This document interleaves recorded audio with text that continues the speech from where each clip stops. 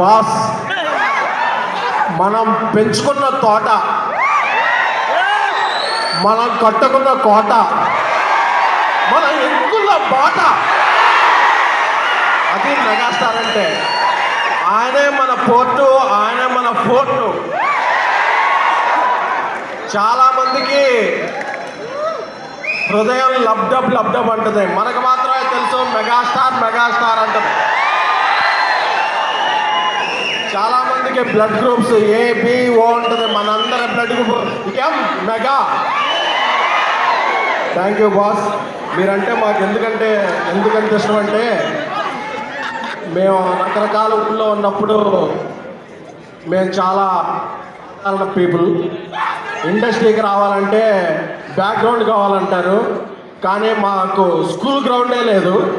మాకు బ్యాక్గ్రౌండ్ ఎక్కడ వస్తే అలా ట్రిపుల్ ఆర్లో ఒక డైలాగ్ ఉంటుంది, గోల్డ్ మెడల్ తీసుకొచ్చామంటే ఆవిడకి ఏమైనా కొమ్ములు అన్నాయా అంటే ఒక కాపర్ ఉంటాడని. అలాగా ఇండస్ట్రీకి రావాలనుకున్న ప్రతి ఒక్క మిడిల్ క్లాస్ అభిమానికి ఒక దేవుడు ఉంటాడు, ఆ దేవుడే మెగాస్టార్ చిరంజీవి గారు. మా అన్నయ్య గారు చిరంజీవి గారికి అభిమాని, వాళ్ళ తమ్ముడు గారికి నేను పెద్ద అభిమాని. మేము వేసిన బ్యానర్లు, కట్టిన కట్అవుట్లు, థియేటర్లో చేసిన థియేటర్ ఇంద్ర 125th డే. థియేటర్లోకి వెళ్తే 125th day songs second time play చేస్తున్నారు. సగం స్క్రీన్ మొత్తం పేపర్లతో నిండిపోయింది. అక్కడ ఆయన దాయి దామ స్టెప్ వేస్తుంటే ఇరుకున్న సీట్లలో, కూర్చోవడమే కష్టమవుతున్న సీట్లలో మేము లేసి దాయి దామ చిన్న ప్రాక్టీస్ చేస్తున్న ఒక కుర్రాడు ఈరోజు ఇక్కడ ఆయన వెనకాల, ఆయన ముందర ఇలా నిల్చొని నేను హీరోగా మాట్లాడడం అన్నది చెప్పలేని ఒక ఫీలింగ్.